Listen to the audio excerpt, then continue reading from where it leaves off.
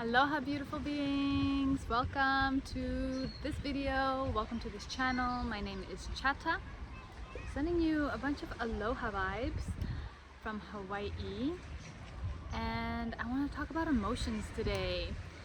So emotions are our guiding light. They are our alchemical fuel to manifest. When we are not connected to our emotions, we cannot be connected to that alchemical fuel to feel, transmute, and release emotions. And by going through that wave, we are able to receive the wisdom of that emotion, because emotions are our guiding light. They teach us more about ourselves, our needs, our desires, our boundaries, our joys, and more around than how to interact in the world around us. And when we are connected to our emotions, we are able to manifest and co-create the life that we truly desire. And so if we are disconnected from our emotions, we are disconnected from our full manifesting power, because we manifest through our creative, sexual, sensual energy, the second chakra, the sacral, with our heart, our emotions and feelings, with our third eye, our intuition, our intention, our vision, right? And with those three elements together, we manifest through the body. And we are human emotional beings. It is our birthright to feel. Our body was literally built to feel, transmute, and release emotions. And yet, sadly, a lot of us, including myself, we have been taught to suppress our emotions. At school, in society, movies, maybe our family have consciously or unconsciously taught us that emotions are not welcome, or certain emotions are not welcome, or they support unhealthy behaviors of moving and being with emotions. All our emotions are perfect and good and needed and bring wisdom, whether it is grief or anger, joy, sadness, they all bring their wisdom. And if we don't get that early childhood imprint that it's okay to feel, and what are we feeling, and being able to learn how to be with our feelings, so not push them away nor pull them in and go into them in unhealthy manners that are not supporting our growth and not supporting us getting the wisdom of these emotions. And yeah, so if we had it all our way as a child, we would have gotten that healthy imprint where an adult or a caregiver mirrored, like, oh, that is anger, you're feeling angry, it feels like this and that in your body, which would feel different to different people. And when you're angry, you can do this and this and this, and it's okay to be angry. And allowing the child to go through a whole cycle, through the whole wave of that emotion, and being able to escalate into it and then come back to a regulated place and receive that wisdom. And a lot of us haven't had that guidance. I didn't have that guidance as a young kid. So growing up, what happened for me in particular is I didn't know what emotions were, how to deal with them, what it felt like in the body. I knew that it was really uncomfortable. I knew at a very young age that I cannot feel them, but I must suppress them, otherwise I would be punished or blamed, shamed, called names, etc. So if I want to have a balanced and harmonious day, then I must suppress my emotions, which is suppressing my true nature and my authentic self, so that I can fit into my household dynamic and not receive punishment or not have love taken away from me. So that is what I subconsciously learned. And so growing up as a teenager and in my 20s, what did I do when big emotions came that I didn't even know what I was feeling, why I was feeling, or what was happening to me? Well, I would do suppression. I would go into various coping mechanisms or suppressing mechanisms, such as at the time I was smoking cigarettes, drugs, alcohol, distracting myself, parties, being up all other people's business. I mentioned emotional eating, yeah, these type of things, and I was totally unaware that I have my child snorkeling in the back. I was totally unaware that I was doing these things, but yeah, I would feel uncomfortable, and unconsciously I didn't want to feel that feeling. So to get more disembodied, to not feel it, get out of my body, because if you are feeling your emotions, you have to be in your body to feel your emotions. So how can I numb myself to not feel these really uncomfortable feelings that I have no idea what is going on? Well, I'm going to use these substances to numb myself so I don't have to feel that. No one taught me any better. And what has that caused for me? Well, a lot of destruction in my relationships in my life, me not being my authentic true self, and me being really scattered and disembodied most of my life. Was that serving me? No. And yet it was serving me to get here who I am right now and know these understandings, yes, in the bigger picture. But no, it doesn't.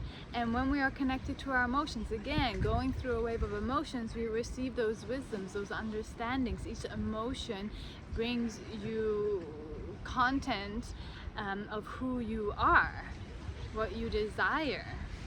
And it is through us being in our body, and being in our body means we are connected to our emotional body as well. The emotional body and physical body are connected, and it is only by being emotionally present, physically present in the body, that I can actually manifest and create the life that I desire. But if I'm not willing to go through that wave of emotion, what is happening is there's stagnation happening in my energy body, my emotional body. Eventually that can go into the physical body, causing dis-ease, illness in the physical, mental, emotional states. So those things are super important. What else do I want to talk about over here? So yeah, what are we choosing in life? It's not easy to go from a life of never really feeling and then just suddenly learning how to feel. And it really starts just with that awareness, right? I believe that as soon as you have awareness, you're already changing. As soon as you have the awareness, oh, I'm emotionally eating, I am taking this substance, or I'm doing this thing to distract myself from the uncomfortable feelings that are within, that's already step one. You're aware that you're doing it. And then step two is action, choosing something different, which is sometimes easier said than done. Now, as we accumulate suppressed emotions, this can cause depression, it can cause PTSD, but there's more about that I want to expand on in a different movie. Yeah. And it can cause us just missing out on life, being present with life. If we're not in our body, not connecting to our emotions, we are not present. We are not truly here. And to be present is to be alive.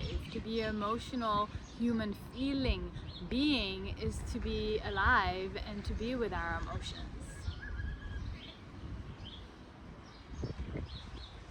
And so, for example, in my story, I used to get punished and other things called name, shame, etc. if I was feeling emotions, even if I was feeling joyous emotions and I was too big with it, the same would happen. So I really suppressed my own expression. Now, what I had learned from some of my traumatic experiences as a young child was that if I am my true authentic self, and if I fully feel all of the feelings, I will die. Like someone will hurt me and I will die because some traumatic stuff did happen, and me being in an emotional state did cause someone to try and kill me, attempt on my life, which was their protection mechanism, but that's also another video and another story. The seed was like, wow, when I start to feel emotions, there was a story and a belief in my being that I could die if I felt all my emotions. Was that true? Absolutely not. But when I found that seed, I could work on that, and I felt through that fear, and I felt through so many of those emotions to break free of that story, being like, oh, I am capable and able to feel my emotions. And as I built my inner capacity, my inner resources, my ability to be more present, and learning different tools on how to be embodied, how to be present, how to be with our emotions, meaning not push them away, nor just like extremely pull them in, but just like, oh, we can be with joy, we can be with sadness, we can be with grief. In fact, we can find the pleasure of being with joy and sadness and grief and disappointment. We can find the pleasure in being angry. Why is it pleasurable? Because it is our authentic self. And to be our authentic self in the moment is pleasurable, is the most beautiful thing we can do for ourselves. And then letting go of the stories that we may have taken on, that it is wrong to be angry, or it's not okay to be sad, or not in public, or we're supposed to show up in a specific way with our mask on, we're supposed to be happy, or we're supposed to bring worth to the people around us. But the truth is that we are lovable as we are, as we come, whatever the internal weather is, whether we're sad or happy, or internal or external. And this has definitely been part of my journey of like, I'm only lovable when I bring worth, when I'm able to support and help others, then I am worthy of love. But if I don't do that and I need support, then I am not. So old stories, old belief systems that do not serve. All right, I'm gonna pause here. I'm very excited to share more videos, but I think that feels complete for this specific video. And yeah, so like, how can we claim ourselves as the emotional alchemists of our life? And as we claim our emotional bodies and our emotions, and how we can be committed to our emotions and go through the full wave of them, do we receive that wisdom, the golden nuggets? Do we get to know ourselves even deeper? And how we can use that alchemical fuel that we have now created in our being to manifest our desires, our dreams, the life that turns us on. So more to come about this. Yeah, and if you feel like commenting in the comments and tell me like, hey, do you struggle with emotional suppression? What does that look like for you? Emotional suppression could look like binge watching TV, binge watching series, gaming, and smoking cigarettes, drugs. There's so many ways, and really all the things that I mentioned, you can do that in a you can use those things in not a coping mechanism, and you could use it as a suppression tool. Like, I could watch a movie out of joy and pleasure, and that's okay. But I could watch a movie and I know it's because I want to distract myself with the uncomfortable feelings that are happening within me that I just don't want to feel. So, and there's a different energetic to both of those things, and they have different consequences to our being. All right. So, celebrating all of our emotional journeys here on this planet. Yeah, I truly believe if we are all connected to our emotions, then this is one of the most profound ways we can change the world that we live in.